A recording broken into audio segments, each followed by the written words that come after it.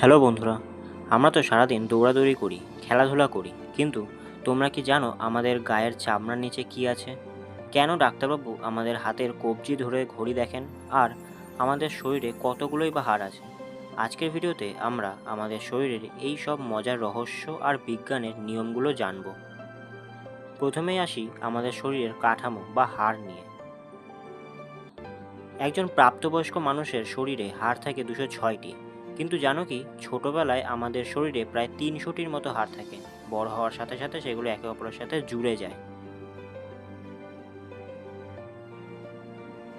হাড় শক্ত করার জন্য আমাদের কি দরকার? ক্যালসিয়াম আর ভিটামিন ডি। তাই প্রতিদিন দুধ খাওয়া আর একটু রোদে দৌড়াদৌড়ি করা খুব জরুরি।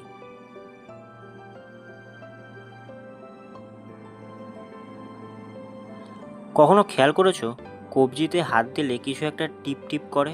একেই বলে নাড়ির স্পন্দন। একজন সুস্থ মানুষের নাড়ির স্পন্দন 1 মিনিটে গড়ে 72 থেকে 80 বার হয়। তোমরা যখন দৌড়ে আসো তখন এটা গুণে দেখো তো কত হয়, দেখবে এটা বেড়ে গেছে, কারণ তখন হৃদস্পন্দন তাড়াতাড়ি হয়। আমাদের শরীরের বর্ম হলো আমাদের চামড়া। এর কাজ হলো রোদ, জল আর জীবাণু থেকে আমাদের বাঁচানো। এর মধ্যে মিশে থাকে মেলানিন নামে এক ধরনের পদার্থ, যেটি গায়ের রং ফর্সা না কালো হবে সেটি ঠিক করে। এটি আসলে আমাদের সূর্যের ক্ষতিকর অতিবেগুনি রশ্মি থেকে বাঁচায়। গরমে খেলতে খেলতে অনেক সময় আমাদের শরীর থেকে প্রচুর জল বেরিয়ে যায়, তখন মাথা ঘোরে আর পেট খারাপ হয়। তখন সবচেয়ে দরকারি ওআরএস। এটা বাড়িতেই বানানো যায়। 1 গ্লাস ফোটানো জল ঠান্ডা করে নিয়ে তাতে 1 চামচ চিনি দিয়ে আর তার মধ্যে 1 চিমটি নুন মিশিয়ে তৈরি হয় ওআরএস।